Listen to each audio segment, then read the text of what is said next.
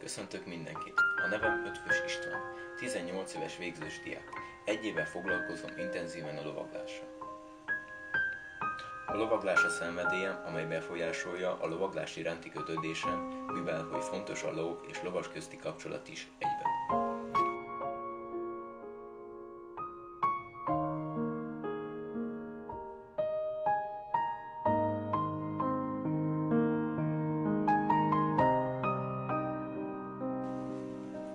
Az eddig összegyűjtött tapasztalataimat szeretném ugyanazok személyeknek átadni, akik érdekeltek e körben.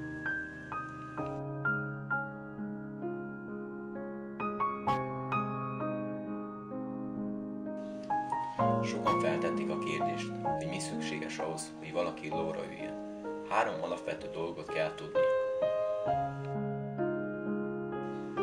Az első az az egyensúly.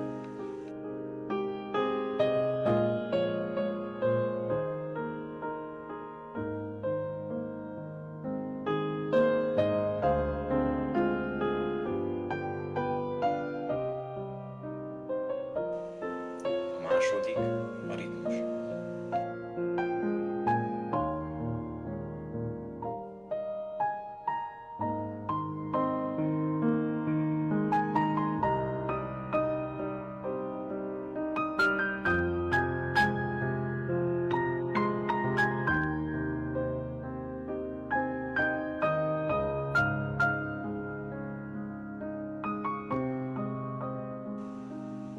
És a harmadik a koordináció.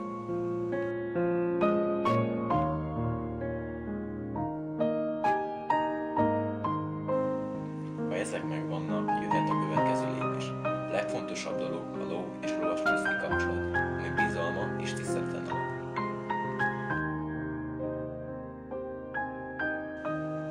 Te irányítod a lovat, ha nem tisztel a földön, a hátán sem fog tisztelni.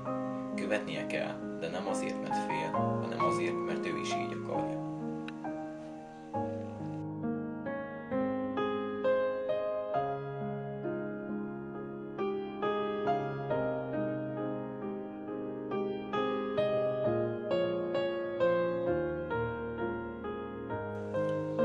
Össze kell hangolnod a mozdulataitokat, a lovak testbeszéd és energiák által kommunikálnak. Érezned kell a lovat ahhoz, hogy megértsd és irányítsd.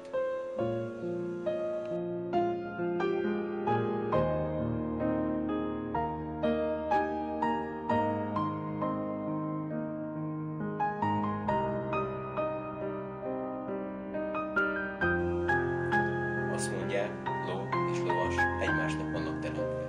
Ettől függetlenül jó vezérnek kell lenned.